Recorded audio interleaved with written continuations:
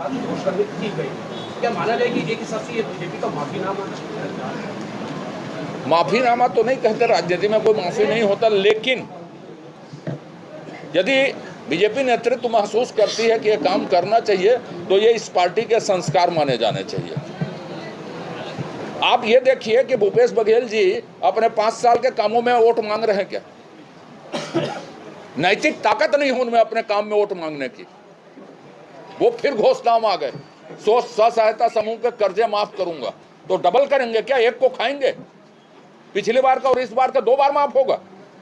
17 लाख मकान दूंगा, तो 5 साल तक क्या ये बड़े नहर में गरी खेल रहे थे? बात ऐसा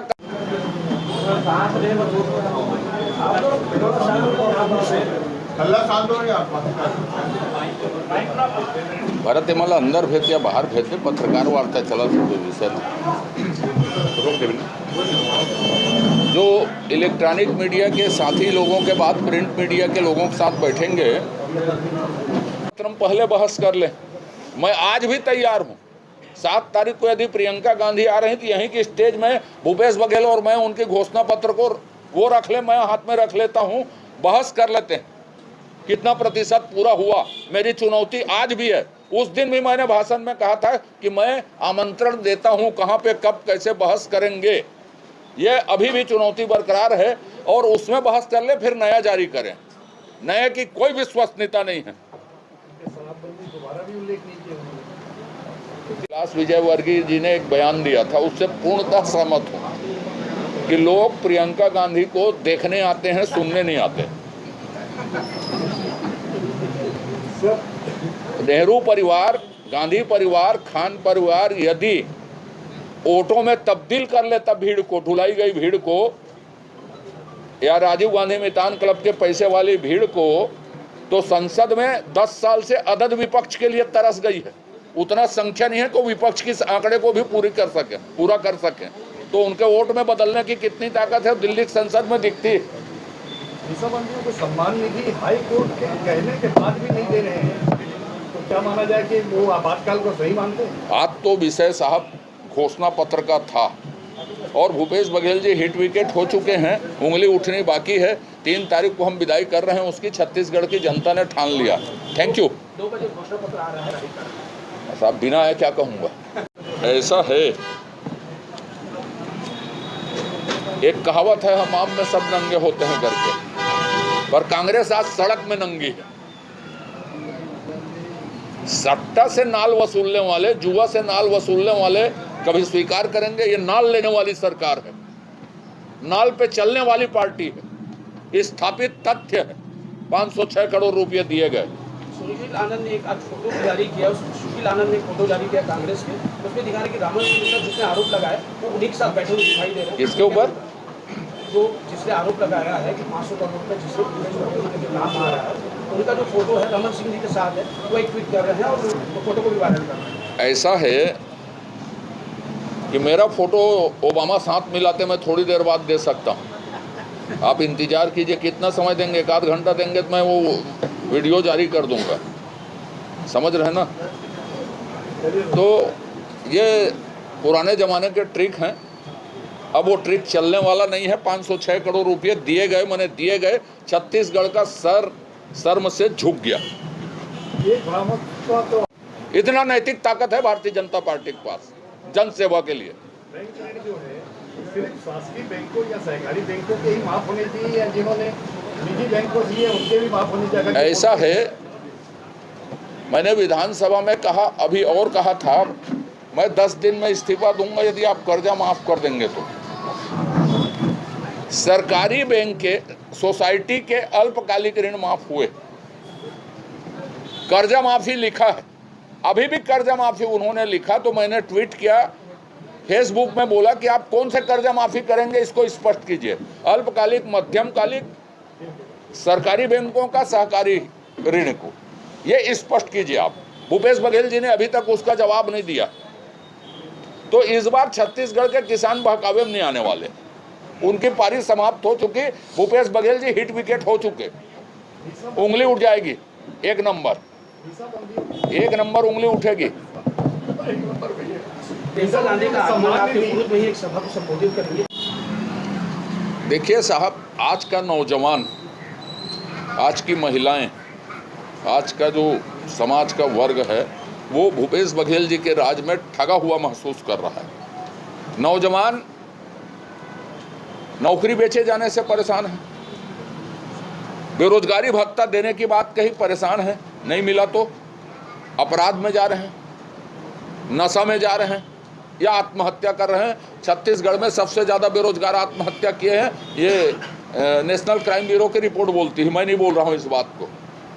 महिलाओं के लिए राष्ट्रीय जल जीवन मिशन में पैसा देना था, 2 साल से पैसा नहीं दे रहे हैं, 2 साल पीछे चल रहा है। शराबबंदी हुई नहीं, उनके स्व सहायता समूह के कर्जे माफ हुए नहीं, 4 सिलेंडर फ्री मिला नहीं, 17,000 स्व सहायता समूहों से रेडी टू ईट का काम छीन लिया गया। क्या करें वो लोग, क्या करें? तो ऐसे मुद्दों में भूपेश बघेल जी तो बहस के लिए तैयार नहीं है। वो नरवा घुरवा गरवा बारी में ही बहस कर लें, गोबर खरीदी और गोमूत्र खरीदी में ही बहस कर लें हमसे। राज्य सरकार का जो रास्ता है ये बस्तर और सरगुजा से होकर आएगा, इसकी चर्चा बहुत चलती है, तो वहाँ किस तरह का प्रबंधन करेंगे कि अनुकूल हो जाए बस्तर सरगुजा? पहले राउंड की जो 20 सीटें हैं भाजपा उसमें स्पष्ट बहुमत पा रही। दूसरे राउंड की चर्चा फिर करेंगे हम। आज नारायणपुर में आपके बीजेपी कार्यकर्ता जो है जिला उपाध्यक्ष उनकी मौत हो जाती है बाजार का बहुत उसका दुरुपयोग हो रहा है कि मोदी जी ने कभी कहा था कि हर नागरिक को 15-15 लाख रुपया देंगे कहा था या दे सकते हैं कहा था, इसका भी स्पष्टीकरण करना। ये बहुत चल रहा है, लोगों की को ड्रामा की स्थिति बनाने का प्रयास हो रहा है। मैं उसका उत्तर घुमा के देता हूँ, समझ रहे हो, थोड़ा सा और स्पष्ट देता हूँ। 4 लेन बनने से कल्ले गांव की जमीन या कोड़ेबोड़ की जमीन कितने रुपये एकड़ हो गई पता करके आइए आप, पता करके आइए ना। अरे पता करके तो आइए, वो 15 लाख से ज़्यादा मिल गए उनको। आपके संदर्भ पत्र में जो समझ रहे हो ना मैंने क्या कहा? ये एक रूपक है, शराबी हैं कोई आदमी, तो अब वो देसी पीता है कि अंग्रेजी पीता है, अब बताओ। 15 लाख से कई गुना ज़्यादा अपने विकास से अप्रत्यक्ष लाभ मोदी जी ने दे दिया। उन्होंने कहा कि इतना लाभ मैं दे सकता हूं और वो कुरुद में साबित हो गया। मैं तो गांव को नाम बता रहा हूं, आप जाकर पूछ लीजिए। उनकी जमीन 5 साल पहले कितने रुपये एकड़ थी, आज कितने रुपये एकड़ है। बहुत सारे दल मैदान में हैं और आपने कहा था ये सब बी टीम है। दलों के बारे में मैं आजकल बोलता नहीं ना, प्रत्याशी के बारे में नहीं बोलता कुछ भी। भारतीय जनता पार्टी कुरुद समेत सभी जगह जीतकर सरकार स्पष्ट बहुमत से बना रही है। संकल्प पत्र में जो 2 साल का पूर्व का जो बोनस संकल्प, मैं तो आज लिखा हूं, आप पढ़ते हैं यदि तो आपके वो उल्लेख करने से पता चल रहा है। कांग्रेस और नक्सलियों की साठगांठ है और ये टारगेट किलिंग है। जब से ये हत्याएं शुरू हुई हैं, एक भी कांग्रेस के कार्यकर्ता के ऊपर हमला नहीं हुआ, भगवान करे कभी हमला भी मत हो, लेकिन भाजपा के कार्यकर्ता में के ऊपर ही हमला क्यों हो रहा है? तो भूपेश बघेल जी सत्ता के लिए एक अलग रास्ता खोज रहे हैं, वो रास्ता हत्या के रास्ते से जाता है, राजनीतिक हत्या के रास्ते से। ये सबसे बड़ा पॉलिटिकल मर्डर झीरम कांड में हुआ था, उसका खुलासा करेंगे, भूपेश बघेल ने कहा था। ऐसा है, भूपेश बघेल जी के लिए झीरम एक राजनीतिक विषय। एनआईए जांच की घोषणा हुई, एनआईए चिदम्बरम साहब ने बनाई। सीबीआई जांच की घोषणा मैं गृह मंत्री जब था तब मैंने की सदन में। न्यायिक आयोग जांच कर रही, भूपेश बघेल जी ने कौन सी जांच करवाई? उसके पास तो 2 जिंदा शहीद हैं। मलकीत सिंह गैंदू उनके संगठन महामंत्री हैं, कवासी लखमा जी हैं मंत्री। यदि कवासी लखमा जी को ही पूछ लें तो कोई आयोग की जरूरत नहीं है, उनको सौंप दें एनआईए को या जांच आयोग को या सीबीआई को कि इनसे पूछ लो, तो सारी चीजें उसके उस समय कॉल रिकॉर्ड को निकलवा लें, पता लग जाएगा। सब होना चाहिए उसका, नार्को टेस्ट होना चाहिए, जितने प्रकार के टेस्ट हो सकते हो सब टेस्ट होना चाहिए उसका। महादेव ऐप को लेके एक बात भी जो आए हैं सामने, जब घोषणा की थी कांग्रेस, उस समय आपका एक वीडियो भी वायरल हुआ था, आपने सरकारी आंकड़े भी दिए थे कि प्रदेश में कहीं भी कोई ऐसा जिला नहीं है जो 18 कुंटल से ऊपर खरीद सकते हैं। मैं जानता था मेरे साथ पहला प्रश्न ये होगा। कर आप एक बात सुन लीजिए, उस समय मैं बोला वो बात सही थी, फिर मैंने वो बात कही जिसको आप लोग नहीं दिखाते। माननीय भूपेश बघेल जी, आपकी विश्वसनीयता का सवाल है। आपके सरकारी आंकड़े कुछ बोल रहे हैं और आप कुछ बोल रहे हैं। तो मैं चाहता हूं कि आप 40 क्विंटल खरीदें, लेकिन अपने सरकारी आंकड़े उत्पादन आयुक्त को बोल के सुधरवा लें। हम जब खरीदेंगे तो आंकड़े भी एक होंगे और हम जो करेंगे वो भी एक होंगे, दोहरी बात नहीं करेंगे। उन्होंने इस बात को माना था विधानसभा में कि हाँ आंकड़े दूसरे हैं। किसानों की आय बढ़ाने के लिए तो किया नहीं कुछ। जो इरिगेशन की बात हम कर रहे हैं, एजुकेशन की बात कर रहे हैं किसानों के लिए, और बिजली की बात कर रहे हैं, तो ये स्थितियां जब बनेंगी तो 21 नहीं 42 क्विंटल भी हो सकता है वो। तो मैंने आंकड़ों की बात कही थी, नियत की बात नहीं कही थी। और भूपेश बघेल जी से आग्रह किया था कि आप वो आंकड़ों को सुधरवा लीजिए, कौन से बात सही है वो आप स्पष्ट कीजिए कर। ट्वीट किया है कि सर मुड़वाते ही कोले पड़े, इसी बात पे आपको ट्वीट नहीं किया। सर मुड़वाते ही कोले पड़े, भूपेश बघेल जी ने ट्वीट किया। ऐसा है, भूपेश बघेल जी अच्छे से जानते हैं कि मैं क्या कहता हूं। अभी भी उस बात को कहता हूं कि उनके जैसा दोहरा चरित्र, दोहरी बात, दोहरे विचार हम नहीं रखते। हम इस बात को साबित करेंगे कि छत्तीसगढ़ का किसान 21 क्विंटल पैदा भी करेगा, सरकारी आंकड़ों में वो दिखाया भी जाएगा और खरीदा भी जाएगा, और एक मुफ्त भुगतान भी होगा। ये अलग आंकड़े करेंगे और तस्करी धान को प्रमोट करेंगे। भूपेश बघेल जी का काम है, हमारा काम नहीं है। सत्ता के माहौल में भी बहुत सारे लोग कांग्रेस छोड़ के आपके नेतृत्व में भाजपा में। भारतीय जनता पार्टी का घोषणा पत्र जारी हुआ। आज सभी विधानसभा मुख्यालय, सभी जिला मुख्यालय में इस तरह की प्रेस वार्ताएं हैं। जो 5 साल छत्तीसगढ़ की स्थिति रही और भूपेश बघेल जी या कांग्रेस पार्टी ने जन घोषणा पत्र में जिन मुद्दों को उठाया,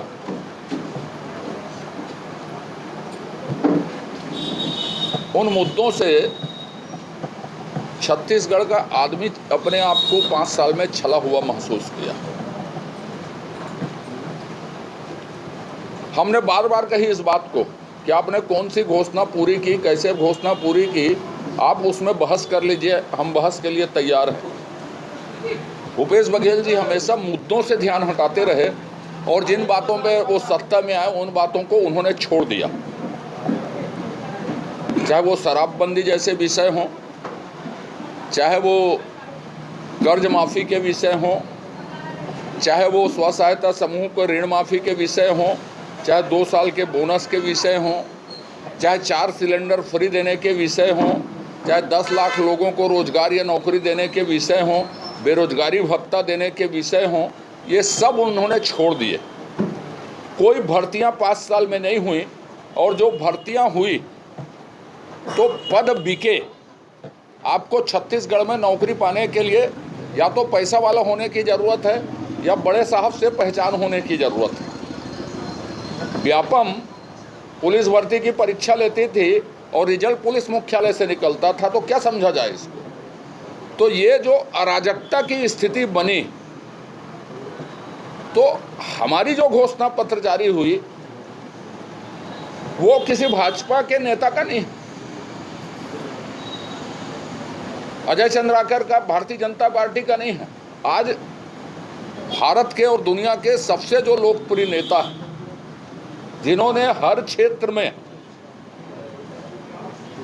देश के स्वरूप को बदला, विकास की दृष्टि से, रक्षा की दृष्टि से, आंतरिक सुरक्षा की दृष्टि से, शिक्षा की दृष्टि से, रोड परिवहन की दृष्टि से, रोजगार की दृष्टि से, जितनी दृष्टि हो सकते हैं देश के लिए, उन सब में एक अभूतपूर्व और क्रांतिकारी बदलाव उन्होंने किए। उसकी झलक आपको कुरुद में देखने को भी मिल जाएगी। 4 लेन सड़क उन्हीं के समय शुरू हुई, बड़ी रेल लाइन उन्हीं के समय शुरू हुई, कुरुद में सेंट्रल स्कूल उन्हीं के समय शुरू हुआ। माननीय मोदी जी ने ही एम्स की शाखा कुरुद में दी। जो विशाखापट्टनम 4 लेन है जो कुरुद से शुरू हो रही है, वो भी माननीय मोदी जी की देन है। तो उसकी झलक कुरुद विधानसभा में भी दिखती है। जिन कारणों से